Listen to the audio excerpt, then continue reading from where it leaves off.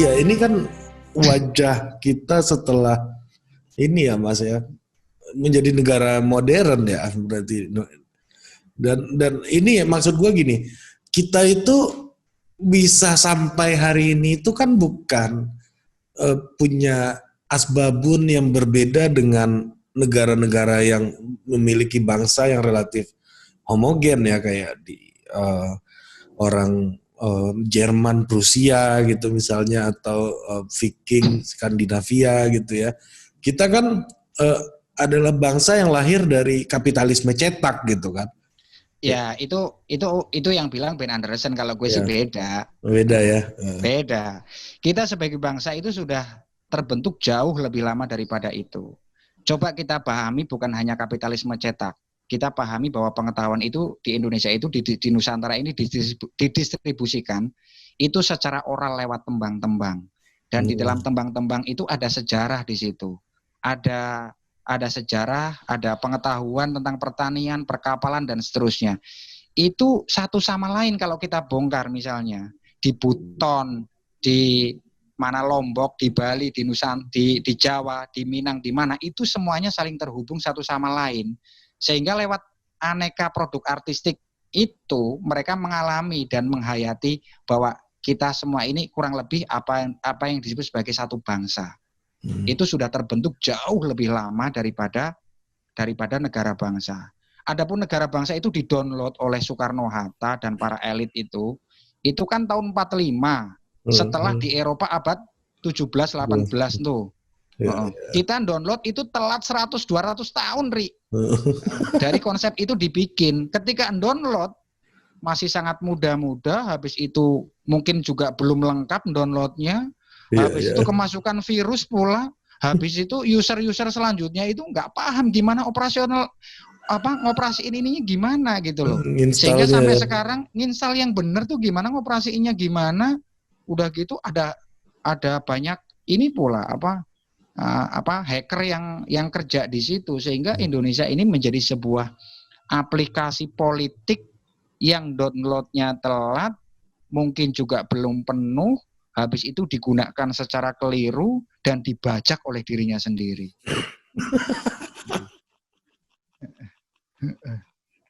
Gitu. Gila. Iya. Iya. Lah iya bener. Orang untuk benerin aplikasi itu sampai sekolah ke mana itu. Ada yang Harvard, ada yang Cornell, ada yang Ohio untuk benerin tuh aplikasi yang namanya aplikasi politik yang namanya Indonesia. Mereka keliru, Bang. Mereka juga nggak berhasil besar amat, buktinya kita masih banyak masalah.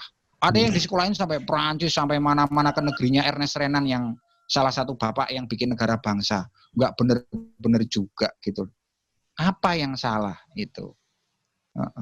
Karena mungkin hardware kita berbeda sama mereka. Itu kadang mereka mungkin nggak mikirin itu. Ya betul. Softwarenya sama, hardwarenya beda. Otomatis kemudian harus beradaptasi algoritmanya gitu loh, disesuaikan dengan sebetulnya masyarakat kita itu seperti apa. Nah itu kenapa ilmu politik nggak cukup, harus belajar yang namanya antropologi, Ri, kayak yang gue pelajari nama Lori.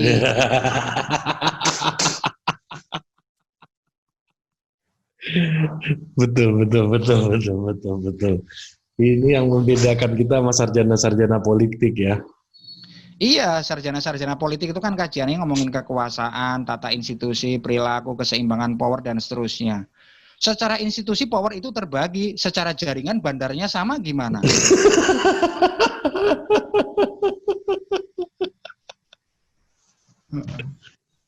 Betul.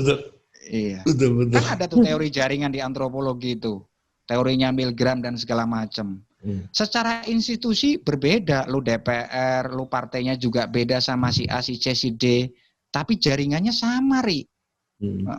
Pemegang powernya sama, Ri. Artinya power itu terdistribusi dan terdiversifikasi secara institusional dan ideologis, tapi secara politik dan realistik itu masih tunggal. Betul.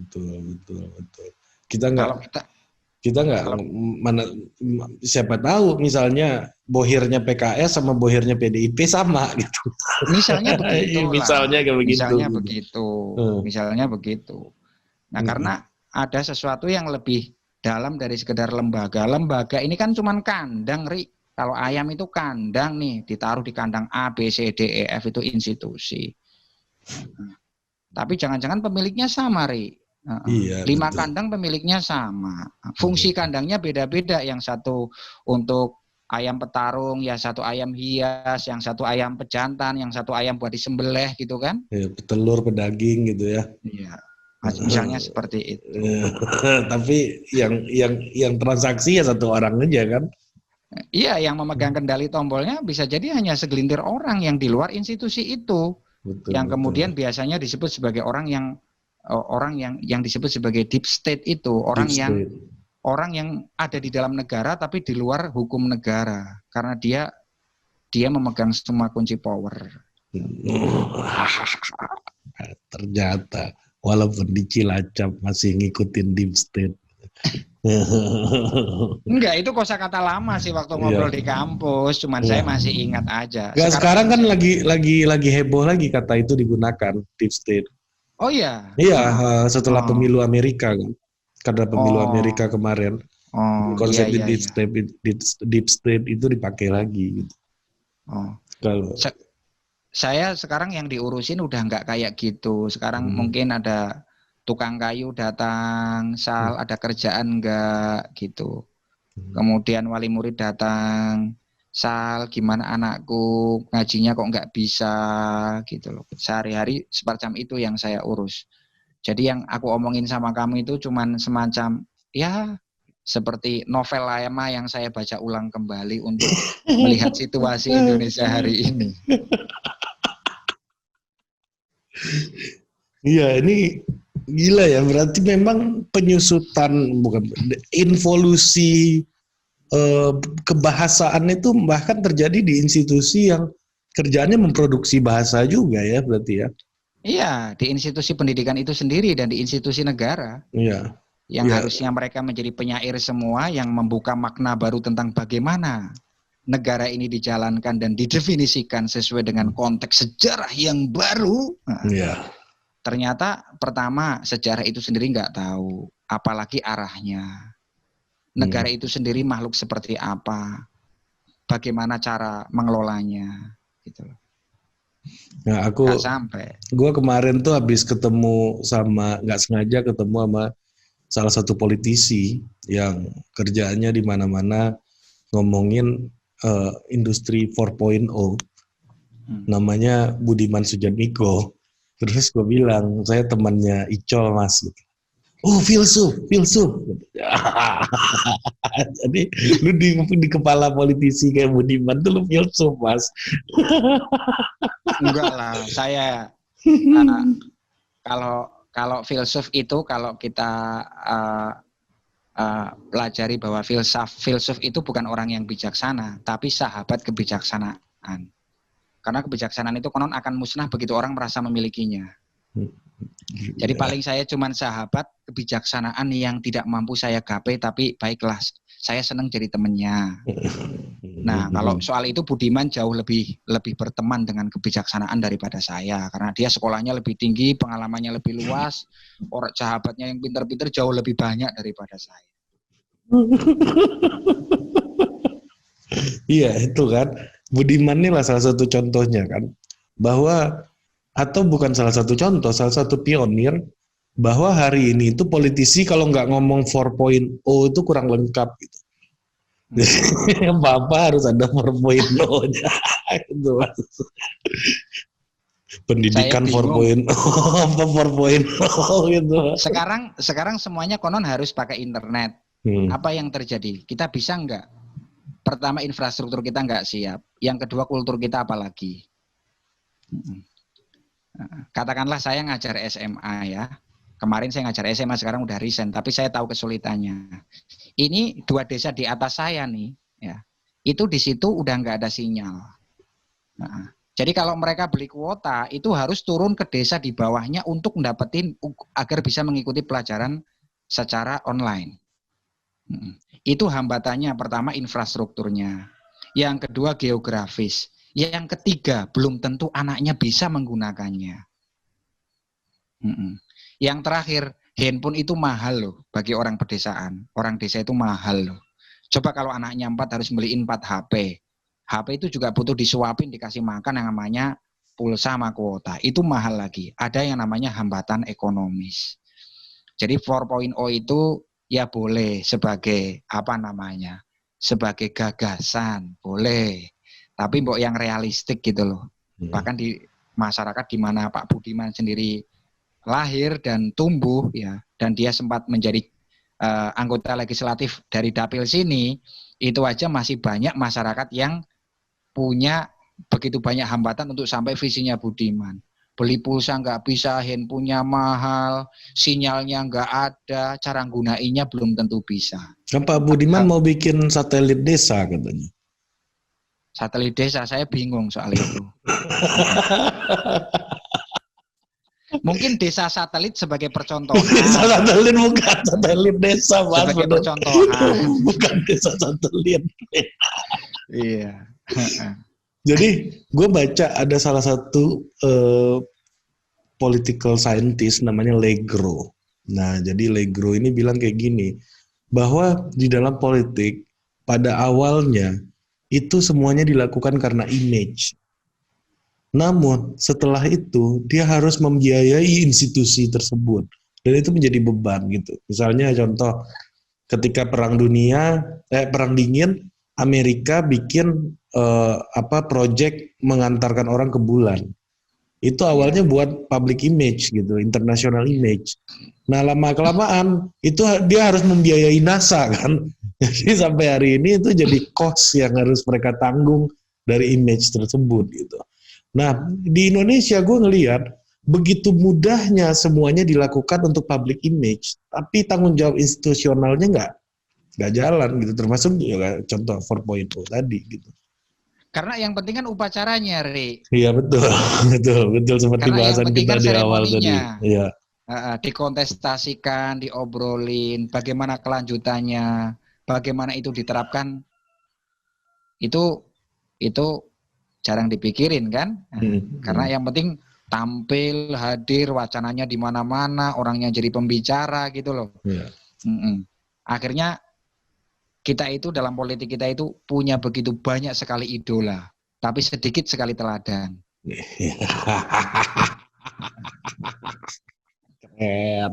Keren. Iya. Kalau idola itu dipandang kesempurnaannya, ada di media tampak sempurna, yang diobrolin tampak benar, tapi kesehariannya kita nggak tahu gimana mereka berhubungan dengan keluarganya, dengan tetangganya, dengan sahabatnya, bagaimana mereka memecahkan masalah kita tidak tahu.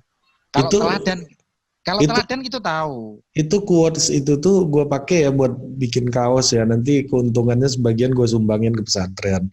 Oh boleh. Disumbangin buat institusimu juga boleh. Iya, juga buat total politik jadi, jualan kaos nanti. Iya, jadi kita punya banyak sekali, politik kita itu punya banyak sekali idola, memproduksi banyak idola, tapi tidak punya sedikit teladan. Tapi hanya punya sedikit teladan. Iya. Yang namanya idol itu kan berhala itu ya tampak sempurna dan besar di sana. Betul. Tapi kalau teladan kan kita tahu lengkap dengan segala sikapnya dalam kehidupan sehari-hari dan kita saksikan bagaimana dia memberi contoh pada kita. Betul. Ini yang nggak ada gitu.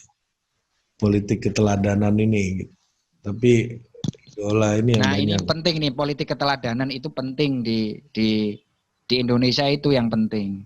Coba ketika orang tua nggak bisa jadi contoh, guru nggak lagi bisa menjadi contoh, pemimpin agama nggak lagi bisa menjadi contoh, pemimpin negara juga nggak bisa lagi contoh. Terus kemana mereka mencari idola? Ya nonton drama Korea.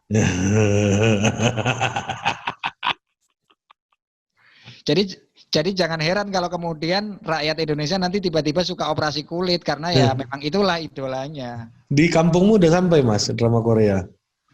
Sudah sampai. Drakor sudah sampai ke pedesaan, Ri. Gila ya. Dan didukung oleh Wakil Presiden Ma'ruf Amin loh. Oh ya, Iya kan ada beritanya kemarin. iya, iya. Bisa jadi saya kurang mengikuti berita. Enggak, jarang. Yang saya ikuti berita itu cuman apa ya? Sepak bola. Kemudian apa itu? Teknologi dikit-dikit. Tapi jarang baca berita saya. Jarang sekali baca berita. Karena isinya sama aja ya. Karena isinya sama aja, yang bikin humas dan humasnya ngopinya bareng. Humas Kementerian A, B, C, D gitu kan. Habis itu redakturnya juga nongkrongnya bareng, wartawannya nongkrongnya bareng, humasnya nongkrongnya bareng. Jadi media kita juga isinya kalau sama ya wajar gitu loh. Betul betul. Ya lebih baik ngobrol sama pohon-pohonan kan, nggak pernah iya. Ngobrol sama pohon, ngobrol sama batu, sama kayu gitu loh. Jadi media kita itu jumlahnya sangat banyak tapi isinya makin homogen. Aku kemarin baca bukunya Kishore Mambani, pernah dengar gak Mas? Kishore Mambani. Oh, Kisore Mahbubani mungkin. Mahbubani Mantan ya. Menlu Singapura ya. Singapura ya, dan ya. pernah jadi ambasador di UN dia. Nah, dia bilang gini, gue ini ke China itu ketika negara itu belum rise. Jadi waktu pertama kali dia datang ke Cina, baju diplomat Cina itu masih jelek-jelek. Nah, pakai baju hansip gitu loh. baju hansip itu, safari hansip yang udah lusuh katanya. Nah, dalam waktu 20 tahun mereka berhasil membuat loncatan, dan waktu itu dia Kishore bilang diplomat Cina belum bisa berbahasa Inggris katanya. Bahasa Inggrisnya masih ngaco. Nah, dalam waktu 20 tahun loncatannya luar biasa gitu.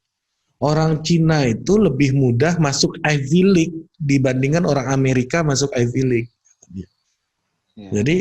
Jadi ada loncatan kayak begitu. Dan menurutmu ya, Mas, apa ya yang Cina ini menjadi sebuah kekuatan alternatif dunia itu, apa yang membuat mereka itu punya determinasi sekuat itu gitu.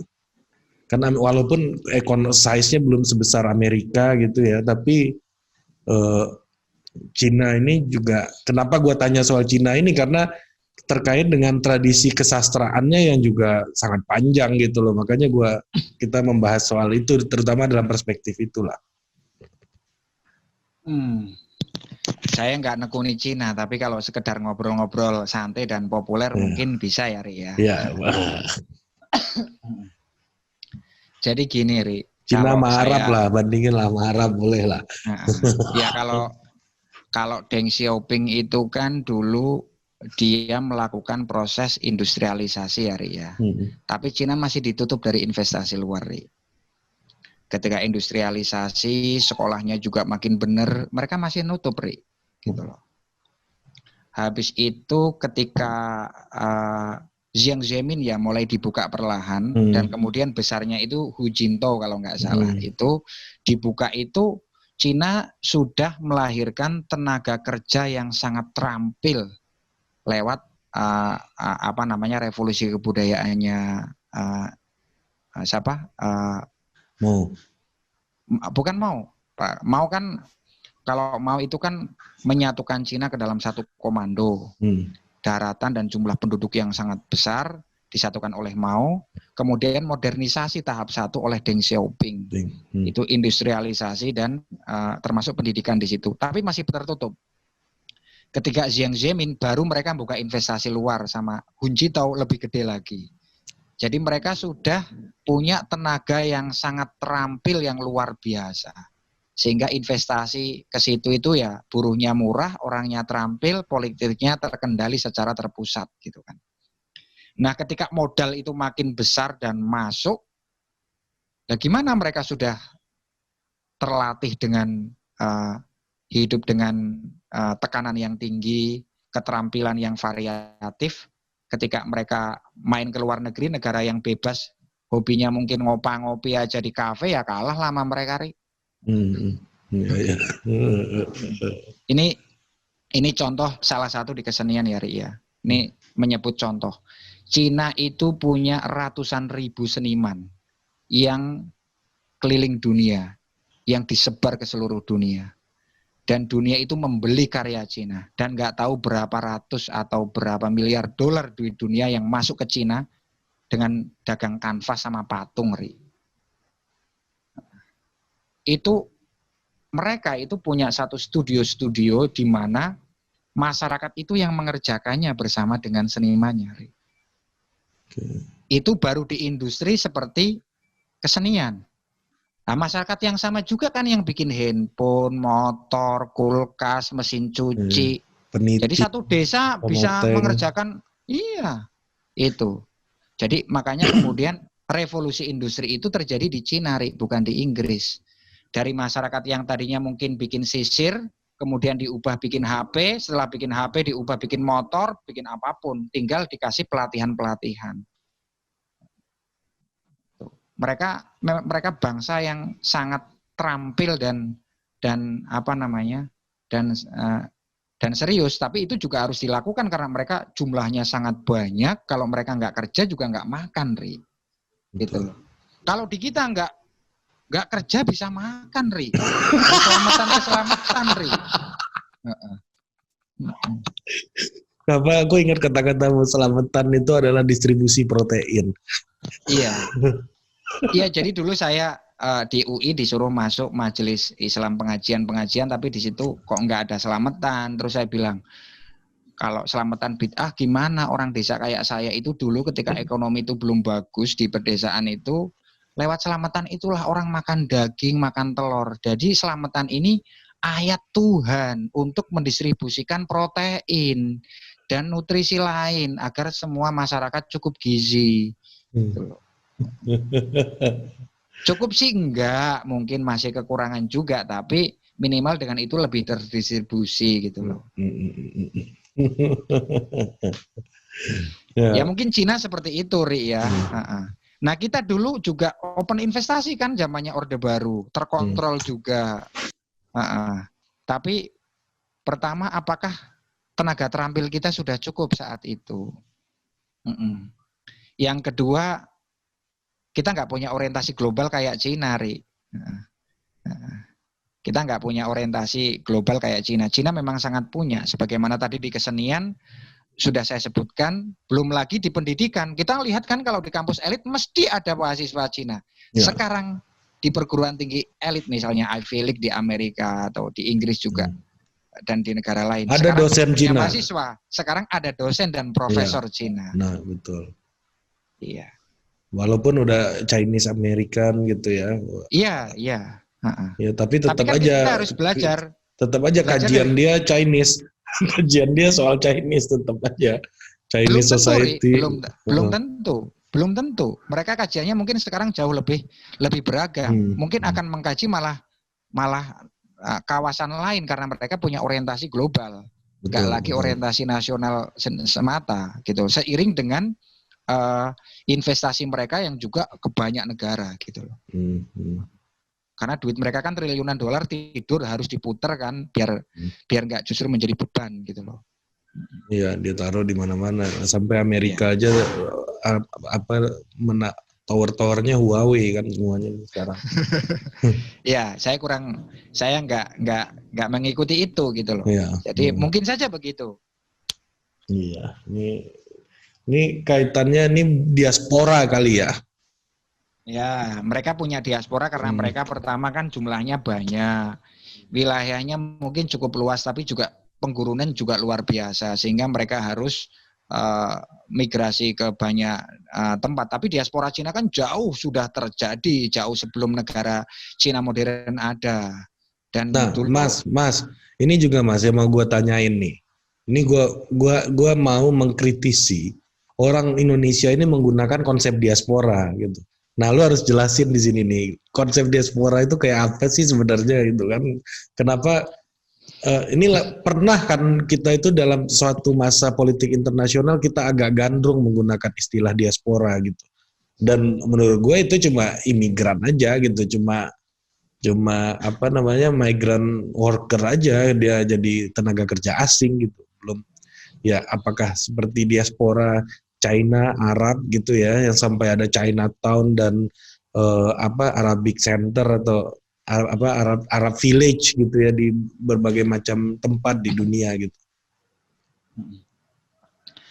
Biasanya bangsa-bangsa diaspora itu kan bangsa yang mampu, yang keluar dari daerah kelahiran nenek moyangnya, dan kemudian bisa menjadi warga negara dan melebur dengan bangsa lain, itu yang kosmopolit. Atau yang kurang kosmopolit biasanya bertahan dengan identitasnya. Kalau sekedar Ari misalnya orang Minang nih sebetulnya punya diaspora nih, tapi diasporanya lebih di Nusantara. Orang Minang di Jogja, di mana-mana, kemudian di Bandung dengan berdagang dan seterusnya. Itu kan punya tuh diaspora. Biasanya Minang sama Madura Pak ya, yang banyak melakukan apa namanya dalam tanda petik eksodus dari daerahnya sendiri untuk hidup di daerah lain. Tapi secara global biasanya kan kalau Arab tuh Yaman yang memang yang melakukan Hadramaut, yang melakukan diaspora ke berbagai macam negara bangsa dunia dan menjadi warga negara setempat gitu kan, hidup di situ. Kemudian Yahudi itu juga begitu di Eropa, di banyak negara lain lah. Kemudian yang terakhir ini Cina yang juga melakukan diaspora hingga menjadi warga negara dan melebur dengan bangsa-bangsa lain. Tapi kalau kita ya diaspora ini ya, diaspora retail kecil-kecilan lah kayak Minang sama Madura yang menyebar kemana-mana. Tapi itu bisa diamplifikasi, bisa diolah untuk bisa menjadi orang Minang dan orang Madura menjadi warga negara dunia gitu loh. Coba dilatih, dibikin caranya agar mereka bisa menjadi diaspora dalam skala besar sebagaimana orang Cina, orang Yaman dan orang Yahudi gitu loh. Siapa tahu bisa. Di kampungku tuh ada istilah merantau Cino, merantau orang Cina, merantau orang Cina nggak pulang-pulang, jadi merantau Cino istilahnya. Gimana itu, Ri? Iya itu merantau Cino, merantau kayak orang Cina nggak pulang-pulang. Iya, jadi mereka sudah menjadi warga negara lain, kemudian mereka bikin kulturnya, subkulturnya sendiri, bisa juga melebur dengan kultur setempat gitu loh, sehingga menjadi diaspora yang lebih kosmopolitan. Ya kayak Arab kan bisa punya orang kayak Osama bin Laden gitu yang bisa jadi orang kaya di Amerika sana gitu. Orang Indonesia kan, China juga kayak begitu. Indonesia kan enggak gitu. Iya, orang Indonesia bisa jadi kalau dilatih bisa jadi, Ri. Semua bisa dibikin loh, Ri. Tergantung tepat atau enggak. Kayak miskin, pinter enggak itu kan bisa dibikin tuh. Misalnya nih saya di pondok pesantren. Kalau kurikulumnya kemudian kurikulum pesantren itu kan biasanya semuanya tembang-tembang puisi. Coba kalau nanti dikasih materi itu tentang matematik, tentang sejarah teknologi, tentang sejarah dunia, itu anak-anak desa bisa belajar semua itu di luar kepala, Ri. Cukup pakai tembang-tembang yang dinyanyikan dari masa anak-anak. Nggak perlu kuliah tinggi-tinggi sudah tahu tuh family tree dari pengetahuan itu gitu loh, Ri. Ya ini kan yang mau gue omongin tuh soal apa tuh The Graves of Tarim tuh juga tuh salah satu buku penting. Ya itu Engseng yang ngomongin diaspora Yaman ya. Yaman. Jadi Hadramaut. Jadi ya kalau apa namanya, gue kan waktu menjelang pemilu Amerika kemarin banyak berdiskusi soal politik Amerika, terutama dari kelompok migran juga gitu ya. Mereka udah punya banyak kongresmen Arab, kongresmen Chinese gitu ya di at least untuk level kota gitu. Nah, kita membayangkan diaspora itu ya apa dalam studi-studi ya kayak yang kayak begitu gitu, Mas. Bukan yang cuma sekedar pindah gitu. Ya, orang Indonesia karena kita juga cukup bagus alamnya makmur, jarang konflik internal yang mengerikan seperti di perang di Timur Tengah gitu kan. Populasi kita dengan jumlah cadangan makan kita juga mungkin ya masih cukup lari kalau kita sedikit lebih kreatif ya. Sehingga buat apa juga kita pergi ke dunia lain. Orang di sini nggak usah kerja aja makan, Ri, nganggur aja makan, Ri.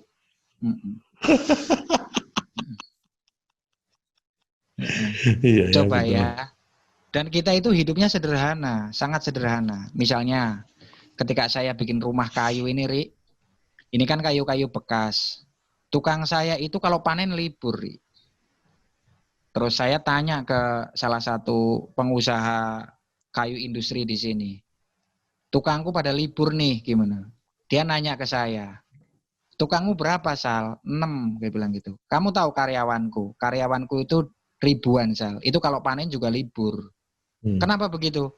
Karena orang desa itu yang penting punya beras untuk makan, lalu mereka kerja untuk membeli lauk dan nyekolahin anak.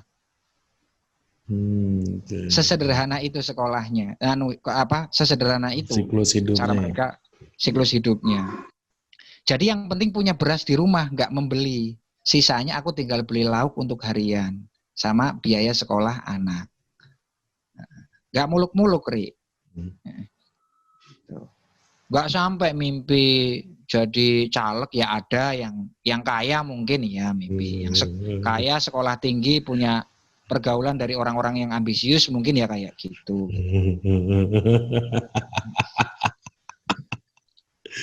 Gila. Kalau ngobrol sama Faisal Kamandobat ini nggak ada habisnya nih kita. Oke, kita akhiri aja dulu segitu dan sampai jumpa lagi di Total Politik berikutnya. Ada yang mau disampaikan ke teman-teman masyarakat Total Politik, Mas Faik, Mas Topo? Ya itu tadi mungkin yang saya sampaikan. Jadi politik kita itu harus menambah populasi pemain yang memang bisa menjadi teladan, bukan hanya jadi idola. Di samping itu bisa menjadi pemimpin, bukan hanya menjadi penguasa.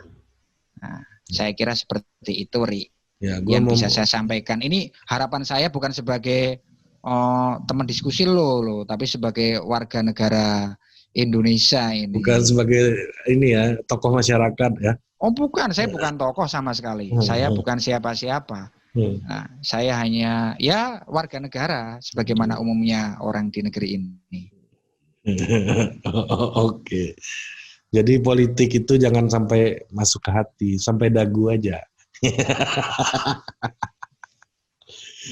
Oke, jumpa lagi di kabar politik berikutnya.